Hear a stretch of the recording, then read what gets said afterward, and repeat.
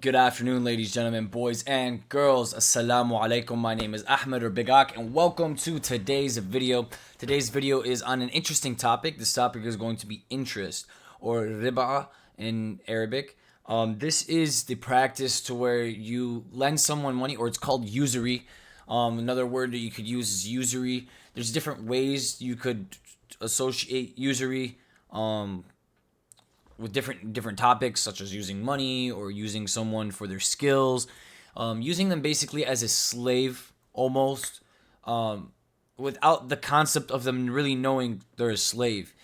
So interest is one of the biggest ways usury is actually implemented, and modern day slavery is implemented, because when you're in debt to someone, you always owe that person money, and if the debt is always growing as you owe them money, you can never really get out of it. So we're going to hop right into this video. It's 3 minutes. I'm going to try to make this short as possible because I want as many people to see this and get that information. يا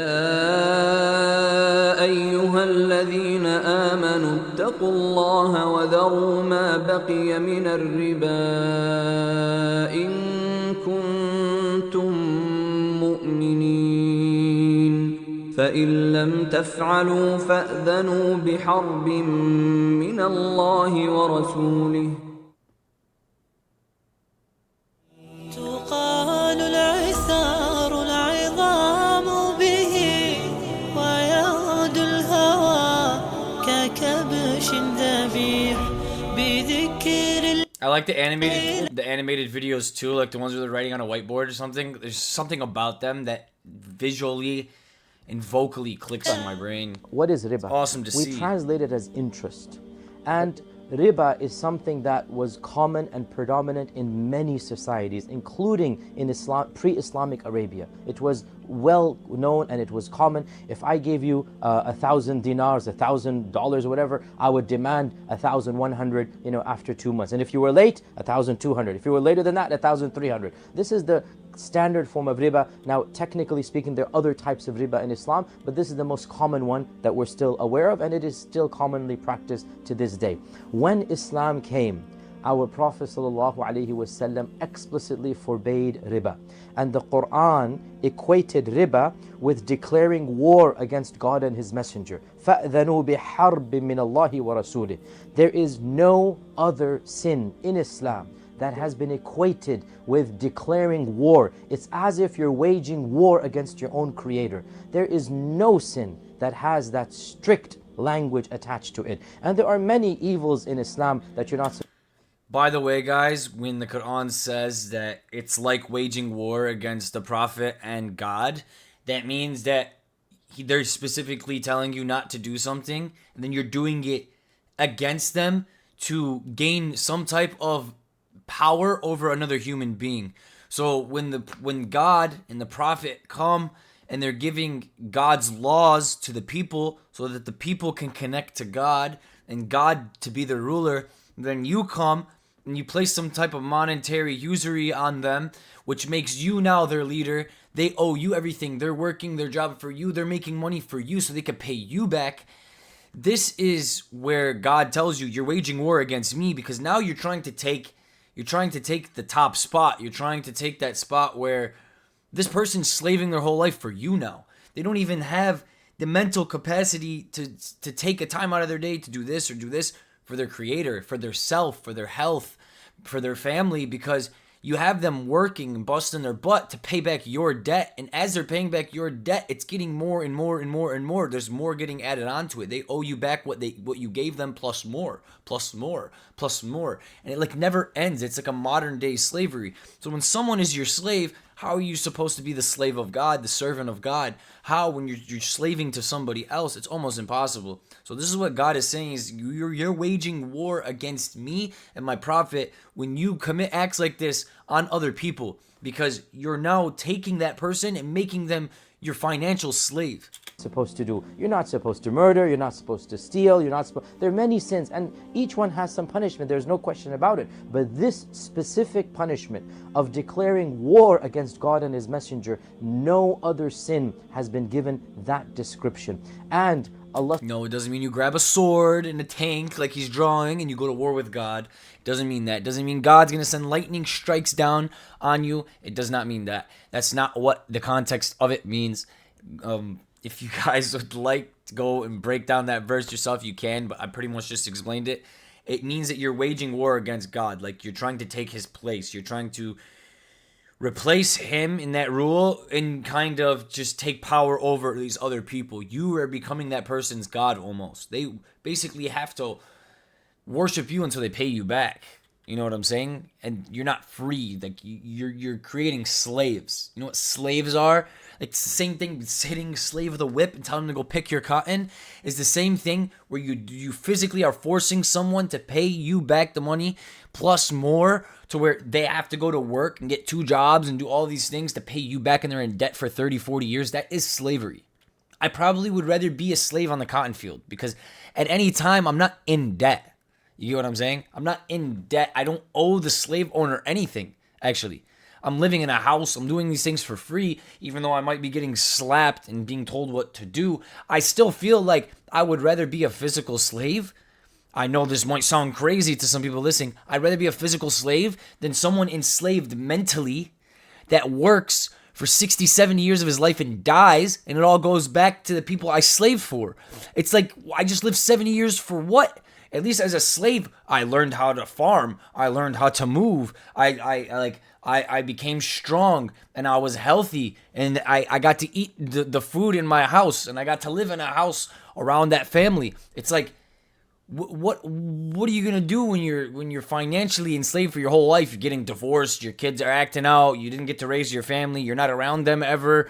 Like, look at the divorce rate in the United States of America. Look at the fundamentals in the United States of America. Look at the way people think in the United States of America. It's getting bad, and it's because of this. It's because of usury. It's because of the interest. It's because people are financially enslaved. If that's student loans, if that's medical bills, if that's, a mortgage on your house or a loan on your car, you're getting destroyed. By the time you pay off your $300,000 house in 30 years, you're going to spend $900,000 on it. Allah subhanahu wa ta'ala mentions in the Quran that of the wisdoms of prohibiting riba is لِكَيْ لَا يَكُونَ دُولَةً بَيْنَ الْأَغْنِيَاءِ مِنْكُمْ, so that wealth doesn't become a plaything that remains amongst the rich amongst you.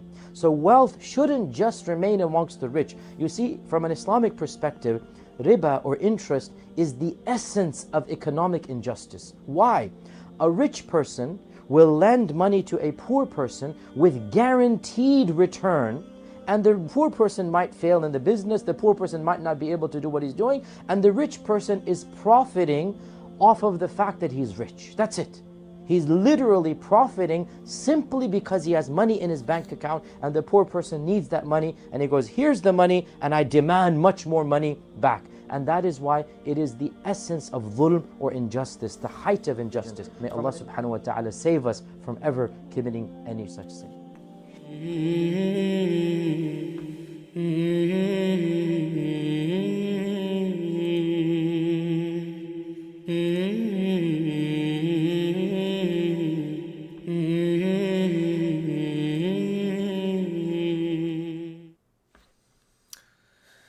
Awesome video, short, sweet, to the point.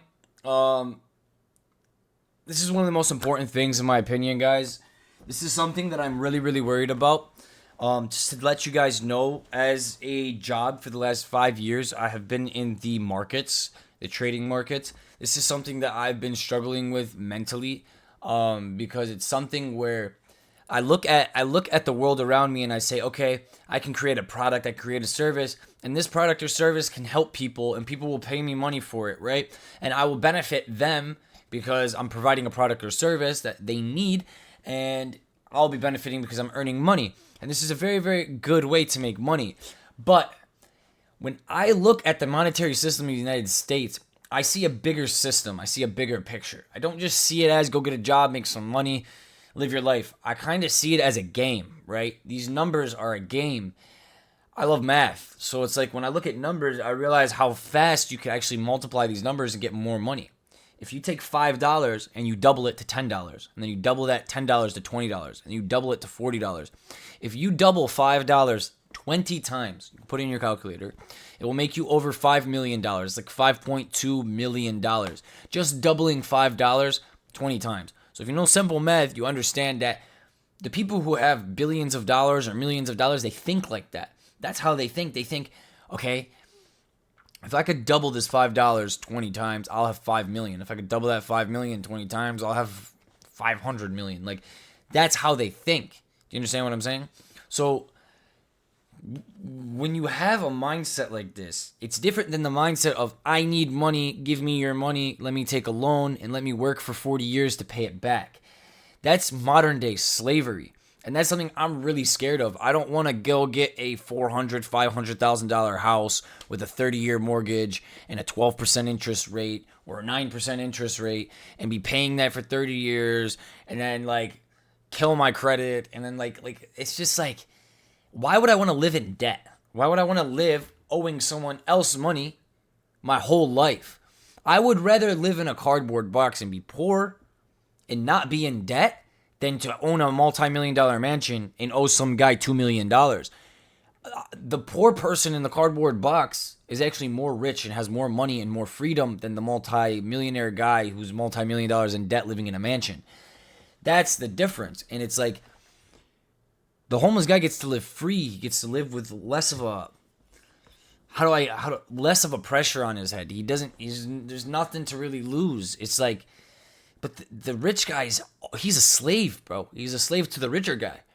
And it's just sad to see because like I don't want that to happen. I've been trading markets for over 5 years and I don't want to take the money out of the small people's hand, the people, your middle class, your lower class. I want the higher class people's money. I say, how can I get Apple's money? How can I get Tesla's money? I'm not going to create a product that Apple's going to buy from me. I'm not going to create a product that Tesla's going to buy from me. How do I get the billions of dollars that Elon Musk has or Steve Jobs has sitting in that company?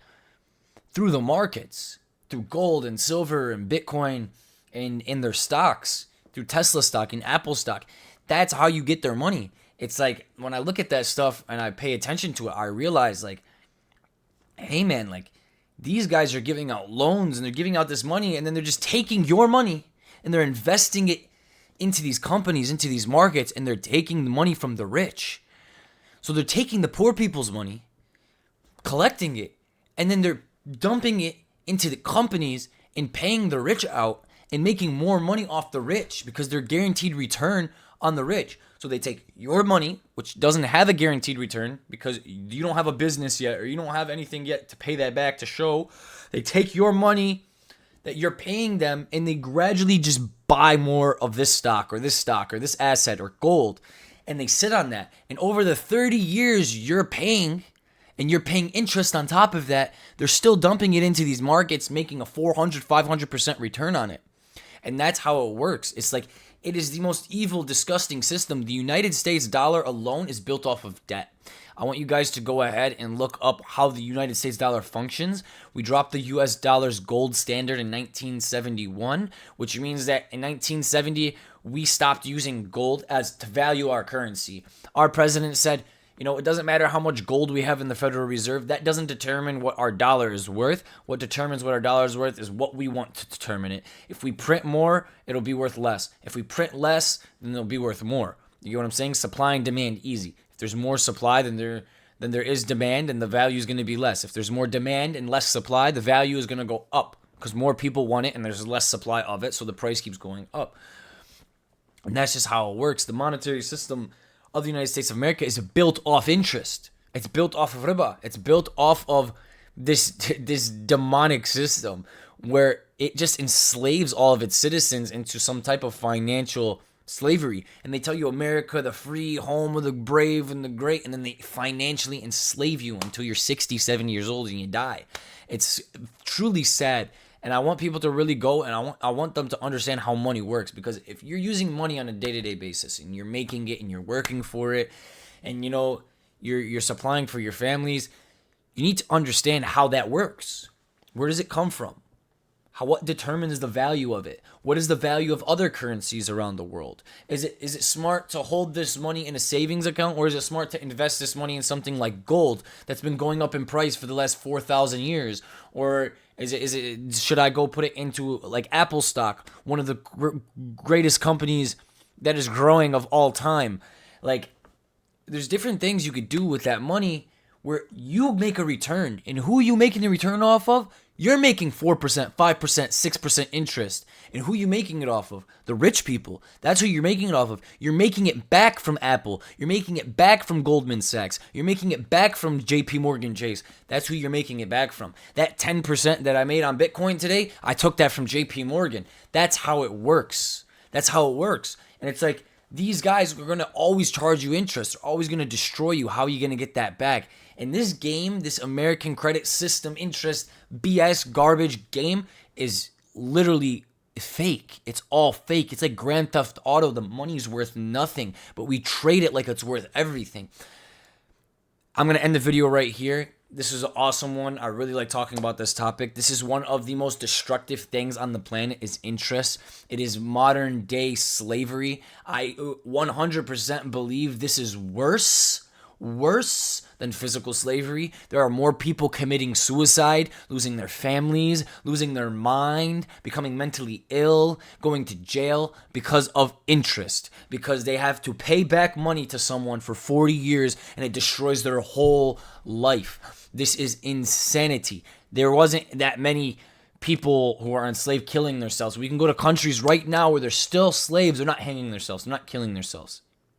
I'm telling you, they're not as depressed as some of these people who are financially enslaved. I know it's hard to hear that from someone, but that's my opinion. I've never been financially enslaved, and I've never been physically enslaved. So this is my opinion based on the outside view. If I had to choose, I'd rather be physically enslaved than financially enslaved. Because at least I know that when I'm physically enslaved, I'm doing something. I'm progressing something. I'm farming something. I'm helping a family. I'm taking care of animals. I'm doing something. But when you're financially enslaved, you're literally doing nothing. You're paying some rich guy back more money where he already has money. So you can remain poor your whole life. So you can slave your whole life. So you can cause problems with your families and your loved ones and your neighbors. And it's ridiculous. It is completely ridiculous. The financial system is modern day slavery. And this is why it's known in the Quran. And the Prophet Muhammad told us, and God told us, that this is it's like committing war. It's going to war with God and His Prophet, because you're literally taking a position where you're enslaving someone for life. You're enslaving someone for life. The only thing that I'm enslaved to for life is God Almighty. To the last breath that I take, I'm going to be praying to God. God help me. God protect me. God protect my family. That's who I'm enslaved to.